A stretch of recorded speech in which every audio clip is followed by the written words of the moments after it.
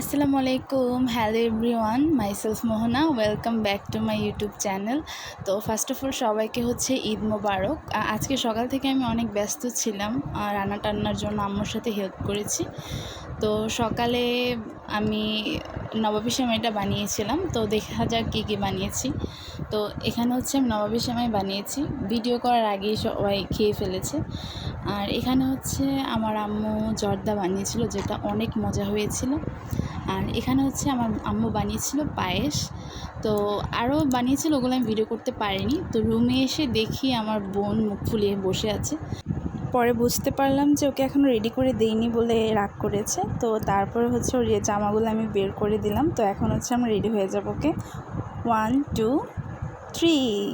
মাশাল্লাহ মাশাল্লাহ, আমার বোনকে খুবই সুন্দর লাগছিল। সবাই মাশাল্লাহ বলতে ভুলবেন না। তো ওর কয়েকটা ছবি আমি এখানে অ্যাড করে দিচ্ছি। মাশাল্লাহ, ওকে অনেক সুন্দর লাগছিল। তো এখন দুপুরে রান্নাবান্না আমরা যাই। এখানে ছিল চিংড়ি মাছ ভুনা, পোলাও, এখানে ছিল ডিমের কোরমা, চিকেন রোস্ট, চিকেন কাবাব। এই দুটো হচ্ছে আমি বানিয়েছিলাম।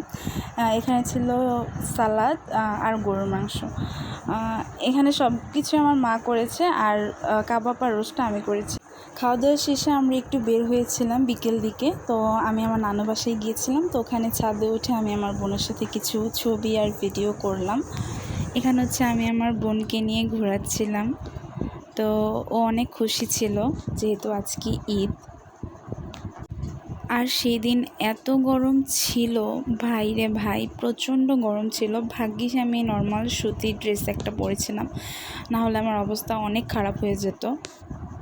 তো ওখান থেকে আমরা সন্ধ্যার দিকে আমরা বের হয়েছিলাম। ওখানে গিয়ে হচ্ছে আমরা আইসক্রিম খাই। তো ওখানে কোনো ভিডিও ক্লিপ আমি নিতে পারিনি। সো আল্লাহ হাফেজ।